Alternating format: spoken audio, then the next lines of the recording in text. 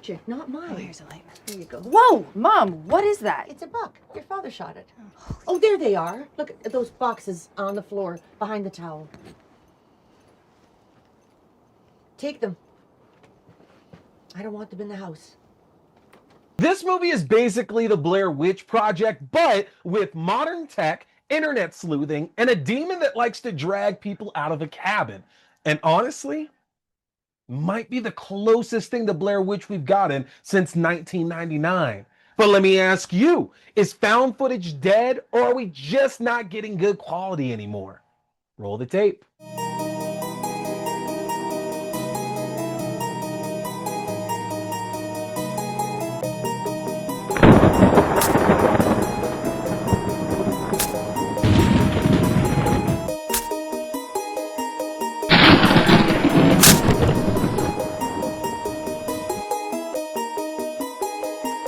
Hunting Matthew Nichols is framed like a legitimate true crime documentary.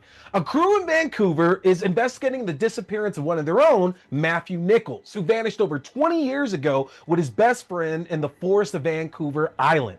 Everything starts pointing towards this local legend, Roy McKenzie, a rumored cannibal. Now, right here, are you thinking serial killer or something supernatural already? For about 75% of this movie, this feels like one of those small town cases that you normally would skip. But here, you're locked in. You're following clues. You're connecting dots. And to be honest, do you actually enjoy the slow burn detective style, or do you need action right away? Are you flipping the channel when a show like this comes up on TV normally? But they find the footage, and it shows something shocking involving the brother possibly murdering his best friend. And that's the moment you realize this isn't a normal case. And trust me, the last 15 minutes of this movie goes completely off the rails. Even if you see it coming, it still shocks the hell out of you. Now, again, this is basically Blair Witch in 2026, but you got better cameras, internet sleuthing, and more structured storytelling. But here's the thing. Why is that a bad thing? People have been trying to remake the Blair Witch Project in various ways ever since 1999, and I challenge all of you, do we actually have another movie that does this exact format this well?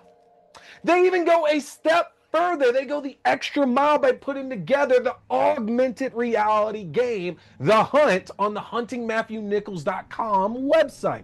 This lets viewers dig through all of the evidence just like the crew. All the tapes, all of the police files, all the background on the various characters in Vancouver Island. Would you actually play something like that, or are you just here for the movie? Remember, the Blair Witch Project did an amazing job setting up its lore outside of the film that it seemed so real.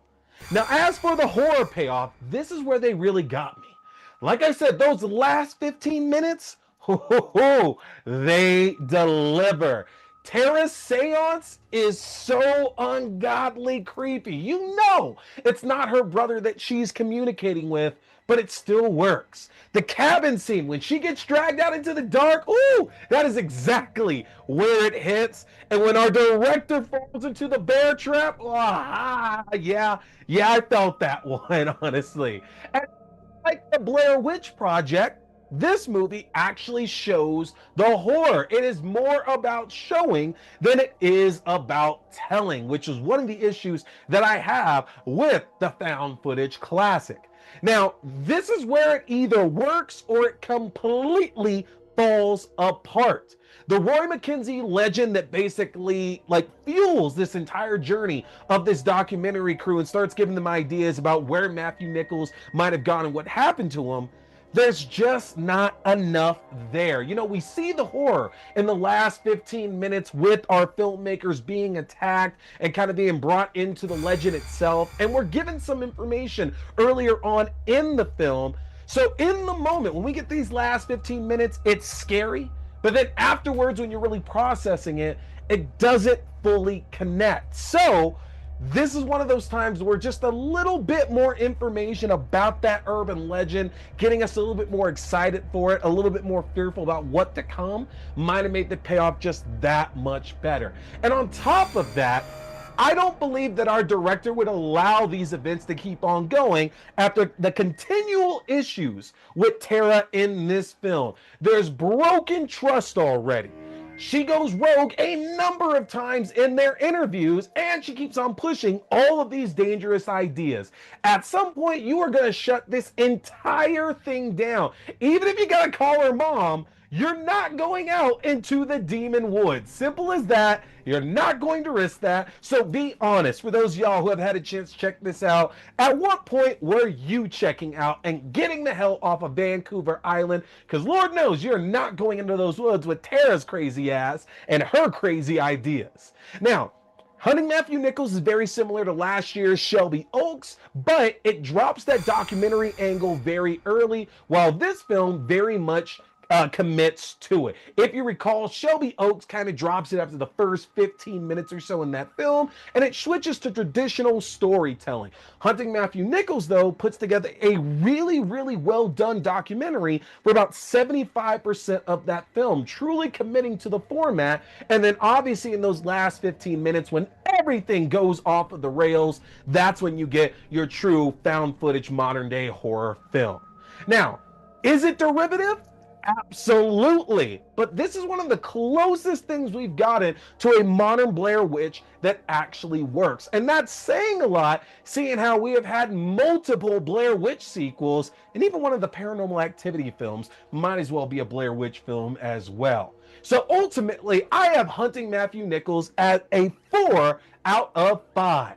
Great atmosphere, strong concept, effective ending. It just needed a little more to fully land. So, y'all tell me in the comment section, is 4 out of 5 crazy or am I right? Now, if you like found footage horror, true crime horror, and slow burns with a wild ending, this is definitely worth checking out. And let me know in the comment section, what's your favorite found footage film? That's tonight's tape. Don't watch it alone.